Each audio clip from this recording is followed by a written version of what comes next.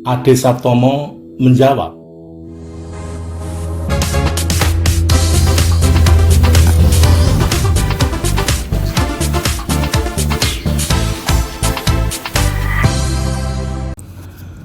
Baik, Assalamualaikum warahmatullahi wabarakatuh. Selamat pagi dan salam sejahtera bagi Bapak Ibu sekalian dan rekan-rekan Ade Saptomo menjawab. Pagi hari ini kami sudah berada di ruangan Plato, sebuah ruangan internal standar milik Fakultas Hukum Universitas Pancasila yang biasa digunakan oleh para akademisi untuk diskusi dan berdebat bagi mahasiswa. Bapak Ibu sekalian dan rekan-rekan Ade Saptomo menjawab, kami telah memperoleh pertanyaan-pertanyaan yang datang di lapangan, di masyarakat berkaitan dengan apa yang terjadi di luar sana, yaitu adalah setelah disahkannya Undang-Undang Cipta Kerja yang biasa disebut Omnibus Law, dan kemudian di pihak buruh yang merasa terkait dengan diberlakukannya atau disahkannya undang-undang yang dimaksud melakukan kegiatan-kegiatan yang merasa sebagian hak-haknya itu tidak diakomodasi oleh undang-undang dimaksud. Nah, untuk menjawab pertanyaan itu, kami menghadirkan narasumber yang punya kompetensi dan kewenangan untuk menjelaskan. Pertama adalah Bapak Dr. Adnan Hamid, SH, MH.MM. Beliau sehari-hari memegang mata kuliah hukum perburuan dan sekaligus sebagai pengacara yang biasa menangani perusahaan-perusahaan hubungan antara buruh dan perusahaan. Yang saya dengar, yang saya amati, beliau selalu berada di pihak buruh.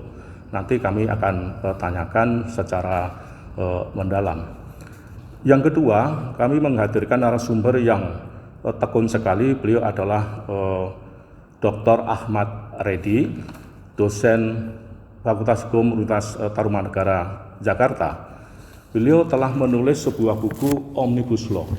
Ini adalah buku yang baru dan menemukan momentum ketika DPR mengesahkan undang-undang yang dimaksud. Oleh sebab itu, kami nanti juga akan menanyakan apakah isi buku ini dan arahnya sesuai dengan yang dimaksud oleh Undang-Undang Omnibus Law, dan kemudian juga nasib buruh ini juga akan dibahas di dalam buku ini. Nanti akan dijawab dengan baik oleh Bapak Dr. Reddy Ahmad.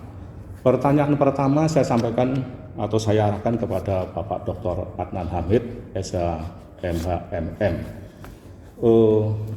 Mas Adnan, seperti yang kita ketahui bersama bahwa sebagian besar masyarakat Indonesia panca inderanya ini sedang tertuju kepada media massa, ya, baik medsos, internet dan sebagainya yang meliput Undang-Undang Cipta Kerja yang disahkan oleh DPR, kemudian diikuti dengan serangkaian kegiatan buruh untuk menyampaikan aspirasi.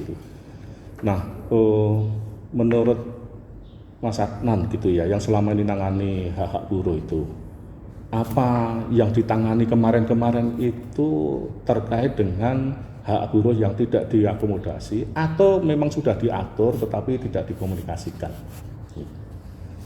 Ya, terima kasih Prof. Pertama, terima kasih atas diundang untuk bincang-bincang di forumnya Prof. Ade ini, guru saya. Yang kedua, tentu saya ingin sampaikan bahwa di samping sebagai pengajar, saya juga Prof sudah sampaikan sebagai praktisi. Iya. Dan selama ini memang saya beberapa kali diminta sebagai ahli oleh Serikat Pekerja. Oleh karena itu mungkin sedikit banyak saya ingin sampaikan sebelum menjawab pertanyaan apa yang Prof sampaikan, bahwa saya ingin sampaikan begini Prof, bahwa apa yang dilakukan oleh saat ini, kalau kita lihat dari mulai kemarin, sebelumnya, tapi yang paling deras itu kemarin yang Prof kita saksikan, ya umumnya dilakukan oleh teman-teman mahasiswa dan sebagian besar juga pekerja. Ya karena saya melihat dari Undang-Undang Omnibus Law yang baru saja disahkan oleh DPR ini, memang dari sekian undang-undang, dari saya lupa 70 atau 77 undang-undang itu, ya, dan beberapa pasal, memang ada satu hal yang menjadi problem untuk saya sampaikan, Prof. Ini pandangan saya secara pribadi, bahwa baik. Saya ingin katakan ini kalau di dalam bahasanya Prof ahli dalam soal peribahasa ini, saya ingin katakan ini nilai setitik rusak susu sebelanga, Prof. Iya benar. Saya katakan nilainya di mana nih yang merusak susu sebelanga? Kalau kita lihat dari keinginan Undang-Undang Omnibus Law ini tentu banyak ya, Prof. Tujuannya mempermudah perizinan, terus memotong birokrasi, banyak lah yang baik-baik gitu loh, Prof. Tapi ada yang menurut saya ada bagian terkecil yang khusus, yang ini yang Prof tanyakan, itu berkaitan dengan Undang-Undang Ketenagakerjaan, Prof. Jadi klaster ketenagakerjaan, saya mungkin hanya melihat di bagian itu ya, Prof ya. Saya nggak masuk ke wilayah yang lain yang bukan wilayah saya, seperti juga apa yang Prof tanyakan. Jadi kalau kita bicara di dalam undang-undang itu ada bagian Undang-Undang 13 2003 yang dirubah ya lewat Undang-Undang Omnibus Law ini yang perlu sebenarnya kita diskusikan. Jadi saya berharap bahwa menurut kacamata saya ya Prof ya, ada dari bagian Undang-Undang Omnibus Law ini yang perlu penjelasan kepada masyarakat, yang kepada buruh. Karena menurut penilaian saya, kalau dari tata ada beberapa pasal sebenarnya itu menurunkan derajat perlindungannya kepada pekerja. Menurut pendapat saya, Prof. Ya. Saya ingin katakan bahwa Undang-Undang Omnibus Law itu pasal-pasal tertentu ada beberapa pandangan mengatakan sudah bagus. Saya katakan bagus. Cuma ada bagian terkecil saja yang menurut saya ini menyangkut persoalan buruh. Kalau buruh, Prof tahu sendiri itu persoalan perut misalkan. Saya katakan persoalan perut. Itu sebagian kecil itu apa ya? Apa? Nah, Prof udah masuk ke sebagian kecilnya itu apa? Saya ambil contoh misalkan soal kita bicara upah saja ya, Prof. Bicara upah. Kalau dulu ketentuan di dalam Undang-Undang 13 2003 ya, itu ada yang namanya ketentuan upah minimum, Prof. Upah minimum. Ya. Di Omnibus Law juga diatur, nggak dicabut. Ada ketentuan tentang upah minimum itu. Tapi upah minimum yang dimaksud itu memang itu sebenarnya digunakan sebagai kartu pengaman, Prof. Upah minimum itu yang paling bawah.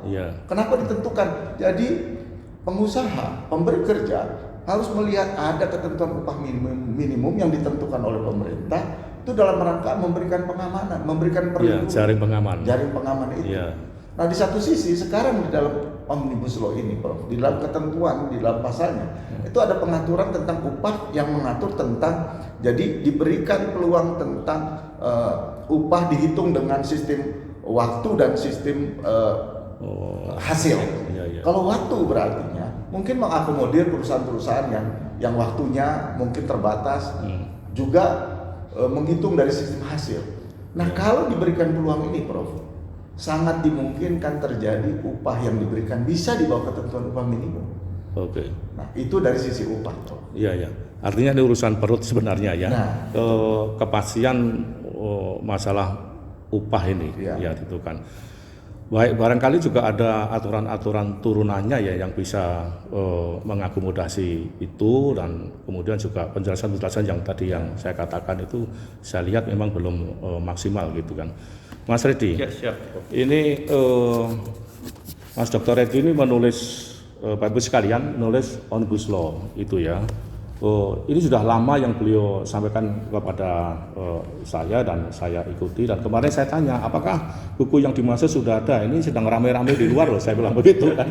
Sudah ada, Prof, ya, bawa ke sini kita diskusikan. Nah pertanyaannya adalah apa ini buku ini, supaya relevansinya sudah ditunggu-tunggu sebenarnya. Barangkali ini akan digunakan oleh stakeholder ya, tidak saja pemerintah tetapi juga anggota dewan, buruh dan mahasiswa. Karena ini momentum yang pas. Silakan menjawab ini. Apa bukunya, isinya gitu.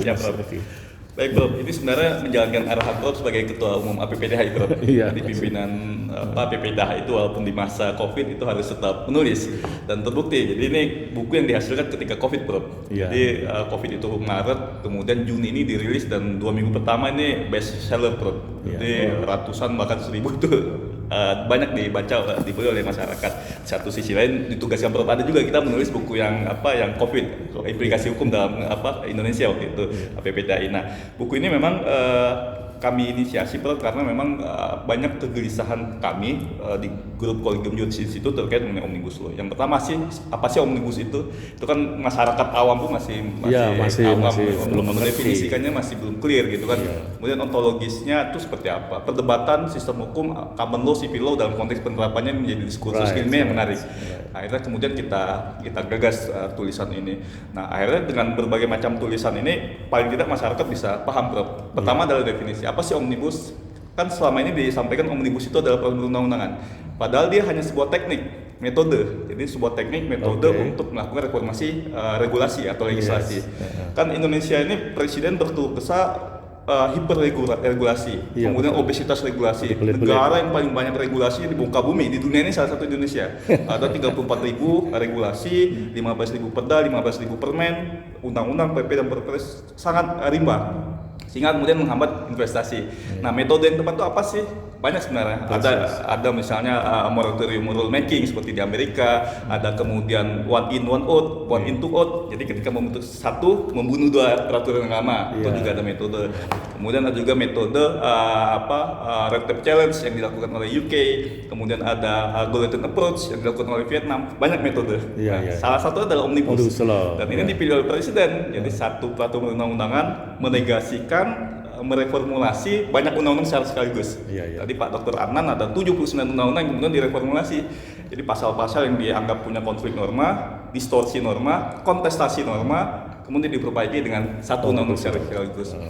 Karena kalau diperbaiki satu-satu, undang-undang A, ini undang-undang B, undang-undang C, itu butuh paling tidak 20 tahun, 20 tahun bro. 4 kali anggota DPR. Nah, ini kalau untuk memperbaiki dengan satu aja tapi 80 undang-undang cukup satu, efektif dan efisien. Tapi memang kendalanya adalah political power yang kuat, Prof. Jadi negara-negara yang melakukan omnibus law itu harus kuat, Prof. Vietnam itu komunis. Jadi ketika pemerintah pusat menerapkan omnibus law di Vietnam, di bawah pun bergerak gitu kan. Jadi dengan kepemimpinan nasional yang kuat itu bisa. Tapi kalau kemudian goyang gitu kan, bisa selesai bermasalah. Nah, termasuk masalah tadi isu buruh juga ditulis di sini. Misalnya kaitan upah minimum, apakah betul upah minimum itu dihapus? Di Undang-Undang Cipta Kerja tidak dihapus, tapi diangkat ke upah minimum provinsi. Yang kabupaten kota dapat ditetapkan oleh gubernur. Apa pertimbangannya? Misalnya di Jawa Barat itu antara Bekasi yang ada 10.000 perusahaan itu tinggi UMK-nya, Prof. Tapi untuk yang Subang, kemudian daerah-daerah pelosok yang ada industri ini rendah. Nah, kemudian dengan politik hukum yang pemerataan keadilan distribusi manfaat bagi buruh itu kemudian diangkat semua dengan upah minimum provinsi. Tapi gubernur dapat menetapkan kabupaten juga dapat. Jadi kondisi khusus daerah tersebut. Dan diatur formulanya. Dulu kan nggak jelas, Pak, di PP dulu. Nah, formulanya jelas, upah minimum tahun depan itu adalah upah minimum hari ini dikali persentase peningkatan pertumbuhan ekonomi. Itu rumusnya ada. Isu lain misalnya kaitan dengan isu perjanjian kerja waktu tertentu, Prof. Nah, itu kan dulu itu bagaimana perlindungan hukumnya. Nah, ketika kami baca di RU-nya itu dulu, wah ini ada perlindungan hukumnya berupa adanya jaminan kompensasi. Jadi ketika dia diakhiri hubungan kerja, maka pemberi kerja harus memberikan kompensasi. Artinya ini pasal yang cukup berkebaikan. Tadi diskusi misalnya, apakah upah minimum kabupaten kota itu dihapus itu menguntungkan buruh atau tidak? Ya, saya kira diskusi yang menarik, Prof. Kalau perspektif saya, dengan diangkat di provinsi sudah cukup saya kira.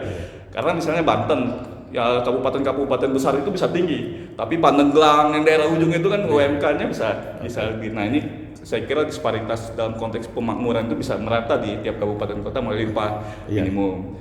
Kemudian juga isu yang menarik lainnya, apakah betul cuti misalnya dihapus?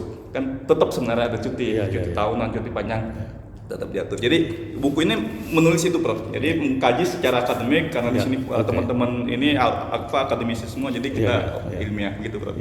Baik, Bapak sekalian, ini salah satu buku saya harap bisa dibaca rekan-rekan kami, buruh atau tenaga kerja, pemerintah, semuanya lah, mulai dari kampus ini supaya mengerti pengertian filosofinya kemudian diturunkan politik hukumnya diturunkan pada kebijakan, kemudian peraturan perundang-undangan dan seterusnya ya. Tadi saya sudah katakan di permukaan bumi ini tidak ada satu pun negara yang didirikan tidak meningkatkan kesejahteraan rakyatnya hanya di level cara. Tadi Mas Reddy menyampaikan bahwa ini pemerintah harus kuat ya, gitu kan. karena kalau tidak kuat bisa goyang. Kalau begitu ini untuk mengukur ya pemerintah kita itu kuat atau tidak kan gitu ya. Kalau ini berjalan baik, produktif, ya berarti memang kuat, dan ini diharapkan oleh investor di luar negeri maupun dalam negeri. Hanya ini ada komunikasi yang kurang maksimal gitu kan. Sekali lagi Mas Adnan, ini bagaimana ya cara pemerintah ini kalau bermaksud tadi sebenarnya maksudnya baik ya, tapi ada sesuatu yang bisa merusak dan itu diangkat-angkat gitu. Mungkin Mas Adnan punya konsep kepada siapa dan apa yang harus dilakukan supaya ada komunikasi efektif masuk tujuan Omnibus Law, Undang-Undang Cipta Kerja itu bisa diterima oleh buruh terutama, dan buruh juga menyampaikan aspirasi bisa diterima oleh pemerintah gitu Mas Adnan. Ya, terima kasih Prof. Saya tadi menyampaikan menyinggung tadi sedikit apa yang disampaikan Pak Dr. Edi. Jadi bicara upah masih bisa kita perdebatkan soal itu, karena ada peluang-peluang yang tadinya diatur secara jelas menurut saya itu menjadi bisa ditafsirkan lain oleh pengusaha. Misalkan tadi diatur juga persoalan yang lain. Sebelum saya menjawab pertanyaan Prof, saya ingin menggarisbawahi misalkan soal kontrak gitu ya, PKWT diatur. Artinya kalau dulu sebelumnya Prof, PKWT itu 2 tahun, jadi di kontrak itu 2 tahun, boleh diperpanjang 1 tahun, jadi sudah 3 tahun maksimal. Demi hukum lewatnya itu, maka menjadi PKWT, menjadi pekerja dengan waktu tetap. Nah sekarang itu diserahkan mekanismenya kepada peraturan perusahaan. Kalau sudah seperti itu, kita tahu kedudukan buruh dan pekerja kan memang secara hukum sama, tapi secara sosiologis nggak sama. Itu pasti kalah Prof di dalam perundingan. Di dalam praktek selama ini ya. Itu menimbulkan potensi. Saya ingin mengatakan potensi yang tadinya sudah diatur jelas di dalam undang-undang. Kenapa dibuat menjadi gray area, menjadi diserahkan mekanismenya kepada perusahaan? Kalau itu menurut saya itu jadi negara terkesan melepas, diserahkan kepada mekanisme pasar, mekanisme di dalam hubungan kerja buruh dan pekerja. Jangan, menurut saya, karena mesti ada negara di situ memberikan perlindungan. Ya, saya ingat ini ya. Hubungan tripartit itu antara perusahaan, buruh dan pemerintah itu hadir seimbang gitu ya. Bapak Ibu sekalian, saya pernah juga diskusi dengan pengusaha-pengusaha di Jepang. Di Jepang sana itu malah ada 4 pilar yang saya catat. Hubungan seimbang itu tidak saja pemerintah, buruh dan pengusaha, tetapi alat produksi itu juga diuangke gitu ya. Sehingga yang mendapat upah itu tidak saja buruh, yang dapat untung itu tidak pengusaha, tetapi alat produksi itu juga mendapat hak untuk dilindungi bahwa sekian tahun itu harus diganti gitu.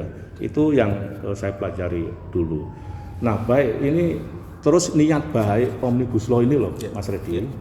Itu bagaimana ya ngontrolnya itu ya, ngawasinya sehingga perusahaan itu menjalankan niat baik Omnibus Law ini, sehingga buruh itu tidak dirugikan seperti tadi masalah kontrak dan upah tadi. Mestinya ada mekanisme kontrol. Nah, sekarang siapa ini, lembaga apa ini sebaiknya untuk niat baik ini supaya turun sampai ke bawah itu Mas Reddy? Betul Prof. Jadi memang pencipta lapangan pekerjaan itu tadi betul kata Prof, bahwa memang tidak ada negara yang tidak ingin mensejahterakan rakyatnya. Dan Indonesia itu kan setiap 1% pertumbuhan ekonomi itu sekitar 400.000 tenaga kerja baru Prof. Iya betul. Nah hari ini tuh 7 juta orang nganggur Prof. Dan tiap juta itu tiap tahun itu 2 juta angkatan kerja Prof. Jadi mahasiswa-mahasiswa kita, anak-anak lulus STM, SMA itu 2 juta masuk tiap tahun jadi angkatan kerja. Kalau kemudian pemerintah itu berpikir bisnis as usual, ini nganggur tiap tahun akan tambah terus. Betul. Artinya kita itu tumbuh perekonomian kita itu harus ya 7%, 7 dikali 2,4 juta yang bisa diserap per tahun.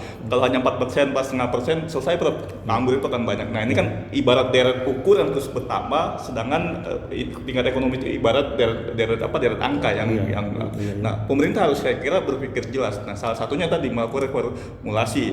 Banyak pasal-pasal yang menurut saya kebaikan. Misalnya bahwa perizinan berusaha itu harus kemudian terintegrasi online single submission. Jadi orang itu berusaha lewat online. Dulu itu kan tiap kantor itu ada duitnya, Prof. Itu kan orang mengapa ketika perang dagang dan antara Cina dan Amerika itu terjadi, tidak ada satupun perusahaan yang pindah ke Indonesia, pindahnya ke Vietnam, pindahnya ke Thailand, ditanya Indonesia itu korup kan? Birokrasinya berbelit-belit, ngurus izin itu bisa tahunan. di Vietnam tuh 3 jam selesai izin. Di Indonesia bisa bertahun-tahun untuk ngurus izin. Nah, artinya nggak hanya buruh yang gitu. Buruh tuh nggak ada masalah. Yang masalah itu kan birokrasi, konflik peraturan undang-undangan yang kemudian menjadi soal bahwa kemudian itu harus dilakukan oleh negara untuk melindungi itu, saya kira penting. Misalnya di Paknan betul, ada pasal yang kemudian menurut saya multitafsir. Pasal 156 Peraturan terkait pesangon. Dulu itu di Undang-Undang 13 2003 pesangon itu paling banyak Jadi 1 tahun dia bekerja pesangon itu 1 bulan. Paling sedikit dulu. Nah di undang-undang ini paling banyak. Maksimal. Nah arti kan ini walaupun mengganti dari paling sedikit ke paling banyak, tapi akibat bagi buruh itu kan luar biasa Misalnya perusahaan X yang dulu itu paling sedikit itu dia bisa 9 tahun kerja itu paling sedikit bisa 9 bulan upah Di undang-undang ini paling banyak Artinya bisa cuma 8 kali, bisa 7 kali, bisa 6 kali. Nah ini dalam konteks politik hukum menurut saya juga buruh ya wajar. Dulu itu pesangon dia paling sedikit bisa 9 tahun itu 9 bulan gaji, sekarang paling banyak 9 bulan gaji. Bisa saja cuma dikasih sebulan gitu. Tergantung mekanisme pasar perjanjian kerja. Nah ini pasar yang menurut saya ini pasar ini yang menjadi berbahaya Ya kan, jadi saya kira secara jernih undang-undang ini banyak semangat kebaikan, tapi kemudian ada juga pasal-pasal kritis yang tadi bisa saja menghantam kepentingan buruh dan wajar ketika buruh dalam konteks hari ini itu melakukan protes. Karena kalau kita lihat secara jernih ada pasal-pasal yang tidak pas gitu. Banyak pasal-pasal yang pas. Misalnya kaitan dengan bahwa PKWT itu tadi ada ketika orang perjanjian waktu tertentu itu dia diberikan kompensasi. Ketika di PHK dia dapat kompensasi dulu nggak? Itu pertama. Kemudian outsourcing. Dulu itu nggak jelas siapa yang kemudian bertanggung jawab. Di undang-undang ini diatur bahwa yang bertanggung jawab itu adalah perusahaan alidaya, perusahaan outsourcingnya. Dan perusahaan outsourcing itu harus terdaftar, kemudian harus berbadan hukum agar negara bisa hadir mengawasi perusahaan outsourcing. Dulu kan nggak kumpul-kumpul berapa orang bikin outsourcing kemudian jadi sapam gitu kan, masuk ke kantor-kantor dengan gaya-gaya premanisme gitu kan untuk jasa pengamanan misalnya. Sekarang nggak boleh. Ada pasal-pasal kemudian kaitan dengan misalnya PKWT, pesangon, kemudian PHK pun tidak dipersoalkan dalam konteks undang-undang ini. Bahkan satu pasal dulu itu kalau orang itu melakukan pelanggaran hukum, dia pesangonnya hanya dikasih 1 bulan, Pak Non kalau tidak salah. Di undang-undang ini pasal itu dihapus. Artinya orang di PHK apapun, ya dia tetap punya hak pesangon, uang kehormatan, uang penghargaan sesuai dengan peraturan undang-undangan. Itu pasal-pasal yang menurut saya cukup positif. Di sisi lain ada pasal-pasal yang tadi, yang negatif, misalnya kaitan upah minimum kabupaten yang dihapus. Ya itu betebel lah. Kalau saya sih setuju perlu dihapus, ditarik ke provinsi, tapi tadi itu dengan kemudian yang berkeadilan gubernurnya menetapkan upah minimum regional. Sebuah karya ada ungkapan tidak ada gading yang tak retak itu ya. Yang tak retak ini memang dikritisi. Jadi aspirasi buruh dan diikuti oleh adik-adik kita mahasiswa itu kalau diambil makna positifnya sebagai pengingat kembali pengingat kembali. Nah oleh karena itu kalau memang cacatnya terlalu dalam ya bisa diajukan ke MK kan gitu ya. Baik Bapak Ibu sekalian, saya akan ini penting sekali ya situasinya sesuai dengan keadaan di lapangan diskusi kita ini. Saya ingin Mas Reddy dan Mas Adnan ini menyampaikan statement yang ikut menenangkan situasi begitu ya supaya negara ini berjalan aman dan produktif. Yang masih didiskusikan ya kita diskusikan cari jalan keluarnya. Apa sih yang tidak bisa dirubah kalau untuk niat baik kesejahteraan rakyat gitu. Saya mulai dari Mas Adnan, apa ini saran kepada buruh, kepada pemerintah. Tadi yang sampaikan ini kan kalau diambil positifnya kan mengontrol gitu ya. Pemerintah juga harus menerbitkan bagaimana ya cara ngontrolnya Omnibus Law itu sampai ke bawah sehingga tidak ada satupun yang dirugikan gitu Mas. Ya, terima kasih Prof. Saya hanya ingin menggarisbawahi tadi apa yang disampaikan Prof dan Pak Dr. Reddy bahwa tidak ada negara yang mau untuk warga negaranya. Artinya dia ingin mensejahterakan negara. Dan saya melihat juga saya sependapat bahwa undang-undang ini punya semangat kebaikan. Tapi yang tadi saya katakan Prof, ada nilai titik sedikit aja Prof. Karena sebenarnya kalaupun khususnya adalah ketenaga kerjaan Pak Reddy, saya tidak melihat yang lain. Itu pun sebenarnya ada semangat kebaikannya muncul, ada yang tidak diatur Prof. Ada satu hal yang tidak diatur dalam Undang-Undang 13, diatur oleh Undang-Undang Omnibus Law. Misalkan saya ambil contoh yang jelas saja. Yang pastinya juga itu menjadi nilai baik. kita juga harus, saya juga mesti sampaikan. Salah satu nilai baiknya itu adalah jaminan kehilangan pekerjaan. Itu JKP itu. Itu nggak pernah diatur, Prof. Sebelumnya, Ya, sebelumnya nggak pernah diatur di BPJS. Sekarang diserahkan BPJS. Nah, memang itu sebenarnya Pak Ridi, itu debatable juga. Kenapa saya katakan debatable? Itu bicara tentang pesangon tadi. Kalau pesangon itu sebenarnya minimal, sementara di dalam undang-undang Omnibus Law ini maksimal. Itu dari frase kalimat itu, Prof. Hukum melihatnya kalau minimal ya sudah, ya segini. Kita minimal kan, minimal artinya dengan pesangon sekian, ketentuannya sekian. Sekarang maksimal, Prof. Sehingga kalau ada perusahaan di bawah itu tidak salah. Kalau ada nilai rupiah turun Ya tidak salah. Padahal, Prof, di dalam Undang-Undang 13 itu ada aturan yang mengatakan ada sanksi pidananya. Ini, Prof, yang menurut saya perlu oleh pemerintah. Dalam hal ini, jadi jangan sanksi pidananya, jangan konteksnya administrasi. Harus itu mengendorse, harus menekan. Jadi pengusaha yang nakal ada sanksi pidana, merupakan tindak pidana kejahatan. Upah minimum tindak pidana kejahatan kalau dia melanggar. Begitu juga mengenai pesangon. Nah, saya ingin mengatakan, Prof, ada sisi baiknya. Jadi oleh karena itu kepada buruh, kepada serikat pekerja, saya ingin sampaikan, Prof. Jadi ayo, karena ini sudah menjadi undang-undang, ya kita masih punya peluang ya untuk melakukan koreksi terhadap pasal-pasal yang menurut kita memang ini merugikan dalam quote unquote tadi. Ya kita perjuangkan lewat Mahkamah Konstitusi. Baik, ada jalur atau akses hukum untuk memperbaiki niat baik ini. Jadi Mas Ridi, terkait dengan buku ini, Mas Ridi ini saya tugaskan untuk menulis dan mengedit segi hukum terhadap pandemi COVID-19 ini. Itu jumlah halamannya itu 630 sekian, Bro. 630 sekian. Ini beliau yang menulis. Nah, salah satu konteksnya itu juga ada di sini.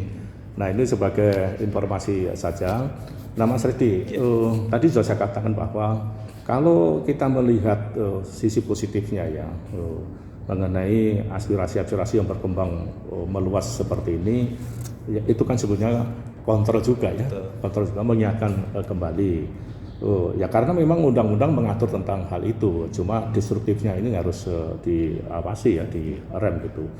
Nah, akses yang kemudian disediakan oleh undang-undang judicial review Jadi penyelesaian-penyelesaian yang beradab itu suara kampus seperti itu. Mungkin Mas Ridi punya pandangan terakhir ini. Betul, Prof. Jadi memang saya kira saluran konstitusional sudah ada di Mahkamah Konstitusi. Jadi tadi misalnya banyak kawan-kawan yang menganggap secara formil lawmaking proses Undang-Undang Cipta Kerja ini bermasalah. Secara kilat, kemudian tidak melibatkan partisipasi publik, kemudian proses perencanaan, penyusunan pembahasan itu ugal-ugalan dalam tanda kutip. Itu kan celah, Prof, untuk kemudian dibatalkan di Mahkamah Konstitusi. MK kan akan melihat tidak hanya materinya, ketika secara formil bisa dibuktikan bahwa undang-undang ini tadi itu misalnya tidak ada partisipasi publik dalam waktu 1 bulan di masa pandemi, anggota DPR membahas secara kilat. Padahal dalam konteks ini kan harus ada mengundang para pakar, para ahli untuk membahas dari pasal ke pasal. Ini kan enggak maraton secara cepat tertutup bagi para pihak saja. Kalaupun kita nontonnya di TV, tidak ada aspirasi publik yang masuk di sana. Nah, saya kira ini bagian dari celah bahwa secara formil undang-undang ini punya potensi untuk diajukan ke Mahkamah Konstitusi karena dianggap cacat formil. Kemudian cacat substansi tidak hanya undang-undang ketenagakerjaan yang kemudian yang menjadi materi muatan ini. Ada kemudian teman-teman aktivis lingkungan yang menganggap bahwa izin lingkungan dihapus itu berbahaya karena dimanapun di negara dunia ini environmental impact assessment itu ada. Walaupun dari pemerintah izin lingkungan itu diintegrasikan dengan izin usaha AMDAL tetap ada. Itu kan argumentasi mahkamah. Atau misalnya kawasan hutan itu kan di Undang-Undang 4199 diatur minimal 30%. Itu pemerintah dan pemerintah daerah harus mempertahankan agar kita tuh tidak hanya membangun, tapi hutan itu tadi yang pilar keempat di Tokyo tadi di Jepang itu ada makhluk lain bernama hutan itu juga dipertahankan. Nah, di RUU Cipta Kerja itu dihapus. Jadi misalnya minimum batas jumlah hutan itu 30% itu dihapus di RUU Cipta Kerja. Nah, ini kan yang nggak dianggap tidak pro terhadap environmental. Nah, ini saya kira pasal-pasal yang juga kritis. Jadi saya kira tadi itu saluran konstitusional diarahkan ke Mahkamah Konstitusi, walaupun orang lihat wah MK bla bla bla dengan segala. Sekarang ada undang-undang MK baru, kemudian masa jabatan hakim jadi diperpanjang jadi 70 tahun. Jangan RUU Cipta Kerja. Ya itu kan saya kira ya belum, itu kan banyak asumsi. Belum kita lihat di bagaimana Mahkamah. Saya kira Mahkamah 9 orang negarawan di situ kan dengan segala keyakinan kita bahwa mereka bisa memutus adil-adilnya demi kepentingan bangsa dan negara, kan masih ada harapan itu, Bro. Jadi demonstrasi merupakan hal yang wajar dalam konteks demokrasi, tapi dengan cara yang memang tidak anarkis, Bro. Gitu saya kira, Bro. Ya harus ada yang dipercaya gitu ya, lembaga-lembaga. Kalau lembaga tidak dipercaya, ya pada sini nanti nggak selesai-selesai. Bapak Ibu sekalian dan rekan-rekan Ade Sapto Menjawab, itu adalah diskusi padat kita, tidak terlalu lama, tapi mudah-mudahan hasil diskusi ini bisa dimanfaatkan, bisa ditindaklanjuti diskusi-diskusi kecil berikutnya, dan ya kami mengharap bahwa perjalanan Omnibus Law yang niatnya baik ini turunannya juga baik-baik, sehingga tujuan untuk meningkatkan kesejahteraan rakyat itu tercapai gitu ya. Dan sekali lagi mudah-mudahan diskusi ini bermanfaat bagi masyarakat banyak. Terima kasih atas perhatiannya. Mudah-mudahan kita bisa ketemu pada kesempatan yang lain. Terima kasih. Wassalamualaikum warahmatullahi wabarakatuh. Waalaikumsalam warahmatullahi wabarakatuh. Terima kasih telah menyimak Ade Saptomo Menjawab. Sampai jumpa pada jawaban berikutnya. Jangan lupa subscribe, like, lonceng, dan share.